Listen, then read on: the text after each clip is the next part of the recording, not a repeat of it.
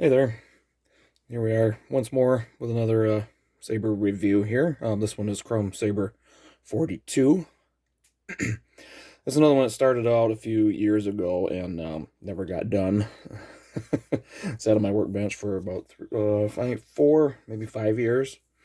This was something I'd planned on building for myself for a while, and was supposed to be like my very first NeoPixel type build, but it wound up not going that way. Even though I do still have some of the parts here to do it, I may get around to doing one of those one of these days, but just not on this one. So this one has your my typical the Cree RGB LED XPE2. Let's see here, power this thing up. These kill keys don't always like to come out. Some persuaders. Your overconfidence will be your undoing. So this has a Crystal Focus 10, or as some people call it, a CFX, and we have a light up switch card, and a clamp box. This is my last one of these. This is one of the limited run TCSS Custom Saber Shops. Clamp and switch box is a unit, one piece unit kind of thing deal. The only way I can really put switches on this, because this card has to slide in and out, was to do my typical thing. I did this on the Annie Revenge of the Sith version. I did the MHS. These are your activation and auxiliary button right here.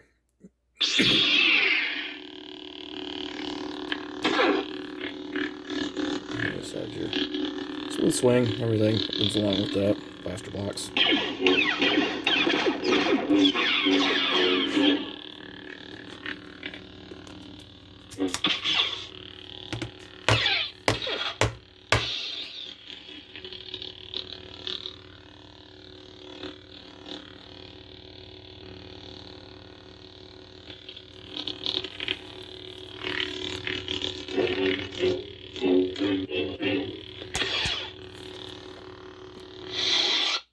Now, because I was going to put a NeoPixel blade setup on this, I wound up having to try and make room in here for an 18, what we call an 18650, which is like this. Lithium-ion rechargeable battery, except the one I put in here has a plug on it, and to get into there, I wanted to also make it so you could change it in case this was used as a costume accessory, which was my intention with it. I built a battery and speaker chassis, and you just pull it out and everything unplugs. Swap your new battery in. Make it even easier. You only unplug the battery and the speaker, so the whole set comes apart. Then you just put your little S curves and your coil your wire back up in there and slide it back in. Now this doesn't go in all the way because this ends up being inside the pommel.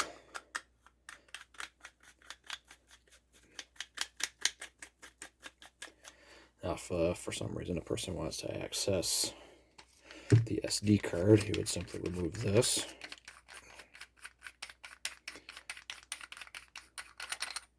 Pop your LED module out, and then down in there, you see the SD card is right there, bottom of the board there. Real easy. One thought I had on doing this, and I may end up doing it on my own, if I ever redo my personal Saber CSX with a CF, and somehow we nicked the blade holder on this one. I managed to build these and have them come out perfect. They always look like they're hand built by someone with no machine tools. So let's get into the menu here. We don't like that was the SWTOR font. I believe it's Crucible. Sound bank selection. The Old Republic Crucible. Yep. The Old Republic Malign. Shoot. These are all the basic package. That's what I put the basic package on this, and I also added a few other that I bought from saberfont.com. Young lady. This is General Kenobi. Jaina. There we go. Sword of Jedi. Jaina from Rob Petcow over there at, well, up there, I guess you could say for me. He's up in Canada. That would be Genesis Custom Sabers. He used to go by Mad Cow on the forums. He makes some pretty good fonts. Faith. So these are all pretty much his. That one is called Ashes. That was a new one that he put out a year or two ago, I think. Revenge. Bespin. Hero. Audio player. SD card USB access. System menu. So this is where you get into the menu to change Exit menu. menu settings, that sort of thing. Nightfall. And then we start over again. All of these fonts that are on here are all smooth swing. So you get the sound effects when you just slightly move it. Sounds a little more realistic.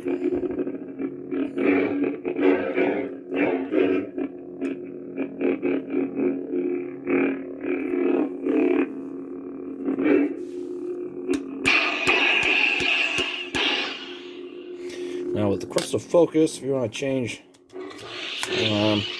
blade color, if you don't like the blade color, you can just press both of the buttons at the same time.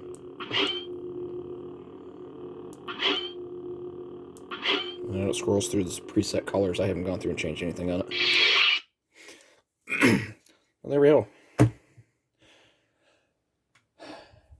The latest of the Chrome Saber Series, and this one is pretty basic compared to what I've done before. I wanted to keep it that way. It was supposed to be my own. I'm not sure what I'm going to do with it now.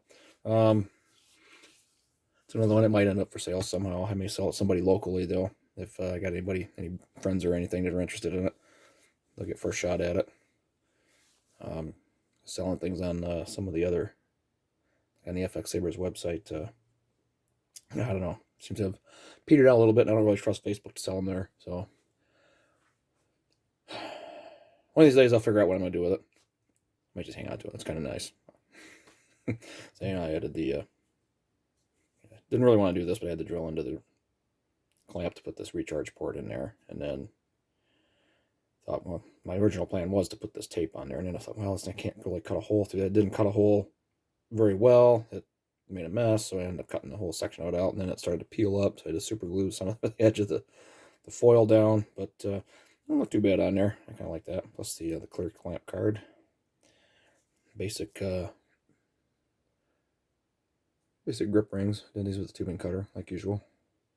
These ones actually turned out pretty nice. I don't think I had any of them that didn't really line up like they were supposed to. Same thing with the front. Same design up there. So there we have it. That's Chrome Saber number 42. Thinking a little bit here, I may get around and order these all up, gather them all up, put them like in order, and then show off what I actually have as my actual full-on collection. But we'll look for that video either later tonight or possibly in the next day or two. So as always, thanks for watching, and we'll see you again sometime.